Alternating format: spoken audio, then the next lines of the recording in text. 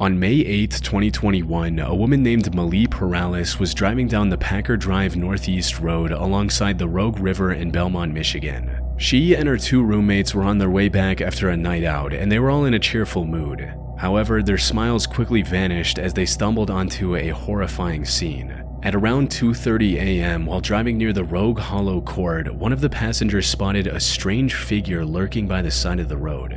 This encounter was extremely terrifying, but it also sparked the group's curiosity, and after some deliberation, they decided to turn around, and this is what they then came across. What the Stop. No, Stop. I'm not. No. Hell no. What the Oh! They were soaked. They saw what looked like a young woman drenched from head to toe as if she had just crawled out of the nearby river. She also looked like she was crying, banging her head on the road and waving for help. Malie posted the video of this encounter on TikTok and it instantly went viral, leading people to come up with all sorts of far-fetched theories about ghosts, spirits, etc. However, as wild as the theories got, Malie later posted several videos shutting them down and revealing what really happened. According to her, they kept circling back and driving past the disturbed woman several times after recording the first video to make sure she was okay. While none of them had the nerve to get out of the car and approach her, they did call the cops and waited nearby until help arrived. The woman was then taken to a nearby hospital where she was treated for cold exposure. As it turns out, she somehow fell into the Rogue River from the east side and swam across it onto the road.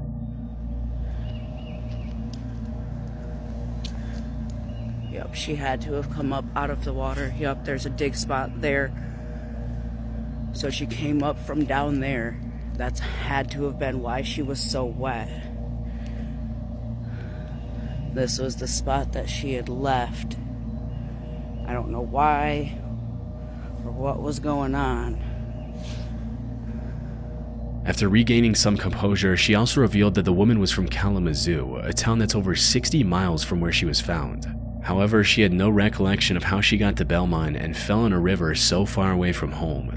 From what we know, she was most likely experiencing a severe mental break, where her memory gap was caused by a rare condition known as fugue state, something we covered in our previous video on the most disturbing mental disorders. For those who don't know, a fugue state is a rare condition where a person suddenly loses their memory and starts acting like someone else. They might wander off, travel long distances, or do things completely out of character without realizing anything is wrong. It's usually triggered by extreme stress or trauma, and once it's over, the person often has no memory of what happened. And while this condition is quite rare, all the signs suggest that's exactly what happened to this mysterious woman from Kalamazoo, especially since the authorities later found her car parked behind a random house just east of the river. She likely drove to that neighborhood on her own but had zero memory of doing so, which fits perfectly with the known symptoms of fugue state.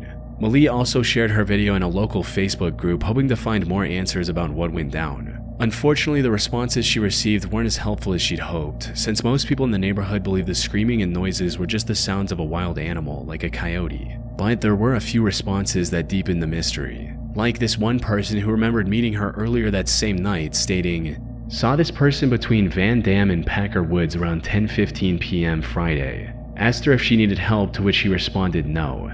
Another person also mentioned hearing about a woman walking into his neighbor's house, yelling hello 3 times and then leaving on her own. And while this added further evidence supporting the fugue state theory, these responses still left a key question unanswered. Who was she? Malie tried to contact both the police and the hospital for answers, but despite her insistence, both the police officers and the hospital staff refused to reveal her real name. That said, we still have enough information to make an educated guess. Based on everything I could uncover, the mysterious woman in this unsettling video was most likely Mei Zhou. She was a 28-year-old Chinese woman who went missing from Kalamazoo on May 6, 2021. Before her disappearance, she told her friends that she felt like she was being followed by a stalker she met online. Unfortunately, these are the only details about her case that were made public.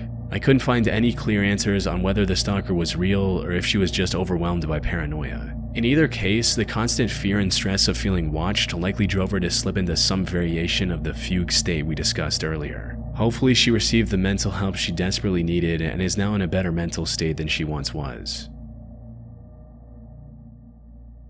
Tracking down a missing person can be an extremely daunting task, but tracking down a person's personal information often isn't. For example, just by knowing your name and the town or city you live in, I could probably find out your address, phone number, make and model of your car, who your relatives are, and much more. This is because data brokers collect all our information, package it, and sell it to whoever wants it. It can cost someone less than $1 to purchase this information about you. Most people buying this information aren't trying to find missing persons, they're probably scammers or stalkers. If you don't believe me, Google yourself right now and see what comes up. Thankfully, with my sponsor Aura, this type of thing can be prevented. They can identify data brokers who are selling my information without my permission and automatically submit opt-out requests on my behalf. You can keep an eye on your opt-out request progress in your Aura account while they work to remove your information. Give it a few weeks and you'll stop seeing your data on these sites when you search for yourself, helping to reduce spam. Aura can also continuously monitor the dark web and alert me if they find my personal information exposed. They let you know fast if anyone tries to use this information to access your credit or bank accounts. Plus, they give up to $5 million in identity theft insurance should the worst case scenario happen. The Aura app also has a VPN with 100+ virtual locations. Does your current VPN have all these other features too? You can go to my link aura.com/chillingscares to try 14 days for free. That'll be enough time for Aura to find out if any of your personal data is exposed. In June of 2024, streamer Lacey and his friend Clicks were doing an IRL livestream in Miami, Florida. The two were simply going around town and having fun. What they didn't realize was that this stream would end up saving someone's life. It happened a few hours into the stream when they sat down at the Starlight Hotel Cafe for lunch. As they waited to order, a guy walked up to their table wearing nothing but neon green shorts. Lacey and Clicks initially assumed he was just another fan eager to talk to his favorite streamers, a pretty typical scenario for popular IRL streamers. But something about this young man didn't sit right. He was trying to keep a conversation going, but his words were slurred and nothing he said really made sense. Hey, are you sparring, bro? Are you sparring? Yo, you good, bro? Good what? The streamers figured he was either drunk or on some kind of drugs. For content, they started poking fun at him a bit before shifting their focus back to their stream. But the guy continued to linger around, acting very odd and saying unintelligible sentences for the next half hour or so before finally leaving them for good. The streamers simply labeled it as an odd interaction from someone under the influence of something or another and continued on with their stream. Lacey later uploaded an edited down version of this stream on his YouTube channel. And that's when he got an email that made him realize the significance of what they had just caught on camera. 2 days after this video went up, Lacey received an email from a man named Trent claiming to be the brother of the guy seen in green shorts. It read, "Hello, my name is Trent Coleman and my missing little brother from Michigan was on Clicks and Lacey's stream in Miami. He was wearing green shorts and they were making fun of him. He is not on drugs, he is schizophrenic and he is 17 years old. If someone can contact me about this, I would be so thankful. He has been missing for 3 months and his case was put on homicide in Michigan." In most cases, emails like these are just trolls trying to mess with creators. However, after some research, Lacey discovered that Trent was actually telling the truth and posted this new development on Twitter stating, 3 months ago, a 17-year-old kid went missing and was put on homicide. Yesterday on stream, he came up to me and Clicks and now his family knows he is alive and in Miami. I wasn't sure if I should make this public, but I'm hoping somehow this helps him be found for his family." In a reply to his tweet, Lacey also attached an article that provided additional details about the case. Apparently, the teenager's name was Troy Coleman, and he had been missing from his home in Michigan since May of 2024. According to the article, Troy was last seen in Mount Morris Township around 9:30 a.m. on May 17th. In the 3 months since his disappearance, he had somehow traveled from Michigan all the way to Miami with no medication, no money, and no clear explanation of how he got there. This was extremely concerning considering Troy's lack of vital medication for his schizophrenia was known to cause serious hallucinations. His sudden reappearance only deepened the mystery. With no leads and no logical explanation, Michigan police were left so baffled that they even began investigating his case as a potential homicide. So, the fact that Troy randomly appeared on Lacey and Clicks' stream and his brother just so happened to be watching that stream was nothing short of a miracle. But somehow, the coincidences keep piling up, and what happened next made the whole situation even stranger. While Troy was still on stream, another young fan approached the two streamers and tried to strike up a conversation. However, before he could even introduce himself, Troy interrupted them again and started saying something to the younger fan. He was still talking incoherently, which made the streamers even more uncomfortable and confused about his intentions. During this time, he also gave the younger fan the styrofoam cup he was holding. The young boy quickly took a sip of whatever was in the cup and walked away. Lacey's cameraman noticed the exchange and immediately pointed it out to the streamer. By now, they were convinced that Troy was on drugs, and that raised a serious concern. Had he just given the kid something laced? Not wanting to ignore it, Lacey decided to confront Troy, asking him directly what was in the cup. But to their surprise, Troy's answer was a lot more coherent than expected. He simply stated that it was just a soft drink from Beacon Hotel. What was in the drink? Kidding. What was in that drink? In the drink? Yeah. You gave it to him? It was Coke from Beacon Hotel. Like Coca-Cola? Yeah. Alright, making sure. You gave it to the kids. I gave it to a kid. This coincidental interaction gave authorities the crucial lead they needed. Troy was, in fact, staying at the very hotel he had mentioned. From there, it didn't take long for investigators to track down Troy and reunite him with his family, who were overjoyed to have him back. In a later interview with People.com, Troy's father, Weston Coleman, shared even more heartbreaking details of what Troy went through. According to him, Troy actually wanted to visit Florida to find and meet celebrities. He did his research online and saved up as much money as he could before setting off. Troy made it to Atlanta by bus, but that's where things took a turn for the worst. During his stay in Atlanta, he was robbed of everything he had. Left with nothing, he traveled the rest of the way to Miami completely broke. Despite the hardship, his family was ultimately glad that he was still alive and well, with his father stating, "I'm just glad he's alive at this point and now can't believe we found him. We all feel a lot better and we thank everybody." From what I can find, that Troy's been living with his family in Michigan ever since and has managed to stay out of any more trouble.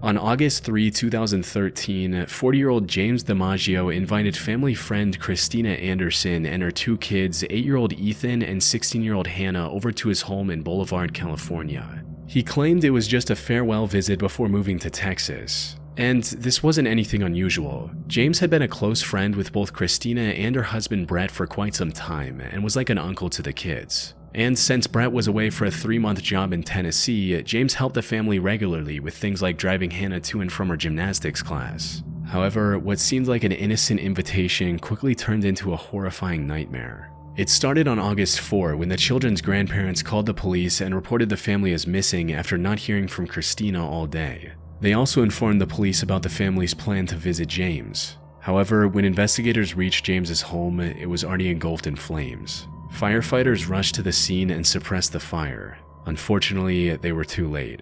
Inside the burnt house, they discovered the bodies of Christina Anderson, her son Ethan, and even the family dog. And while this could have been nothing more than a tragic accident, the reality was far more cruel. Later autopsy discovered severe injuries on Christina.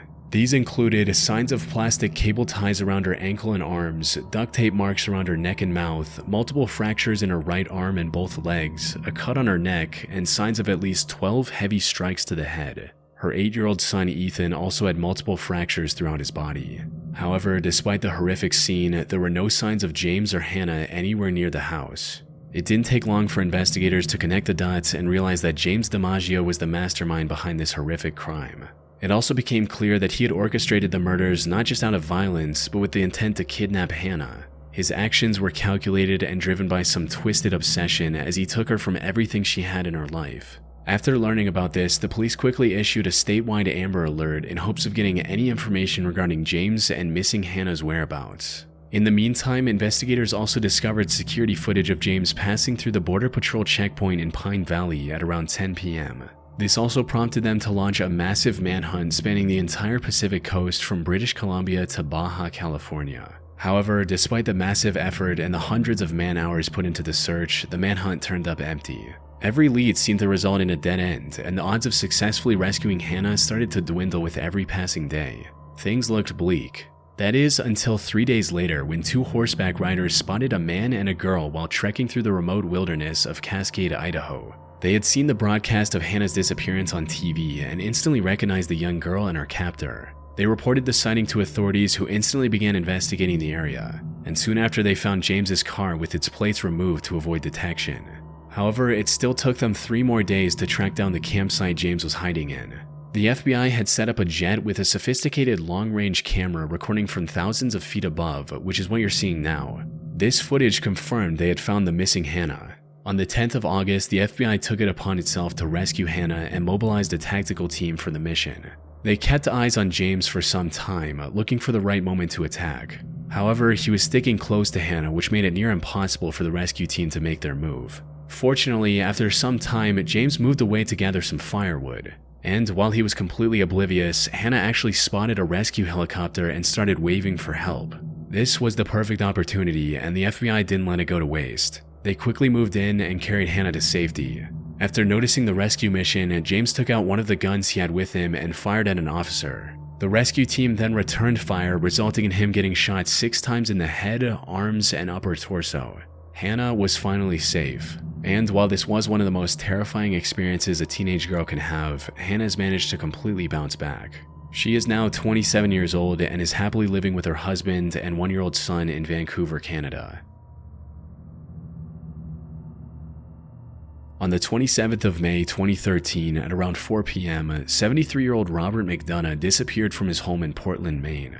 Now, an elderly person going missing is extremely stressful on its own. However, what made Robert's situation even more dire was the fact that he was also suffering from dementia. For those who don't know, dementia is a mental condition which makes it difficult to remember things, think clearly, or even recognize familiar faces. People with dementia can forget everything from their own names to the faces of loved ones, leaving them confused about where they are or how they got there. This can also extend to forgetting where they live. For someone with dementia, wandering outside can quickly turn from a harmless mistake to a life-threatening situation. A person with memory loss isn't just lost in terms of direction, they're lost in terms of identity and awareness. They forget how to care for themselves, how to recognize danger, and how to make decisions in an increasingly hostile world. These conditions could prove to be lethal for a healthy young adult, and the danger is increased tenfold for a frail elderly man trying to navigate a world that no longer makes sense to him. He could have easily wandered into traffic or tripped and fallen in a remote area, and no one would have known. Put simply, Robert's life was in extreme danger. This is also why the authorities moved quickly after receiving the missing report and began searching every corner of the city within hours of his disappearance. Search and rescue teams spent more than 14 hours searching an area of Leamington after 73-year-old Robert McDonough, who has dementia, disappeared Monday afternoon. Around 6 a.m., search teams were briefed and started to intensify their effort. It was going into the second operational period, which means we're starting to ramp up, using a lot of GPS technology. Well, again, we'd have our pilots, we'd have ATVs, canines. However, they were having a hard time figuring out where Robert could have gone. When someone with dementia goes missing, searching for them is not like searching for someone who's just wandered off. In most cases, they don't even realize they're lost at all. They might walk aimlessly or even retrace the same steps without ever reaching familiar ground. Their confusion can send them in any direction, far from where they should be. But then, about 14 hours into the search, something happened that no one saw coming.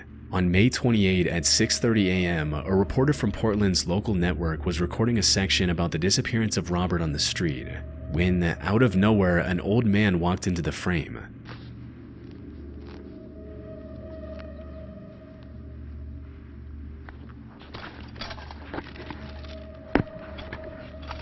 At first, the reporter brushed him off as just another bystander, but after a few moments, he suddenly realized who the elderly man was. This was Robert McDonough, or Bob as he went by, the man everyone was looking for.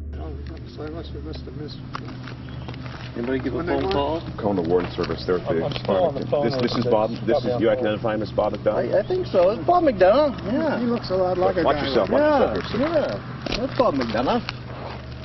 Fortunately, he was completely unharmed, despite being out in the cold all night. Upon realizing his identity, the news crew immediately contacted the authorities. And it wasn't long before Robert was reunited with his family. But here's the thing, Robert returning like this was nothing more than a stroke of good luck. While his story had a somewhat happy ending, it could have just as easily turned into an irreparable loss.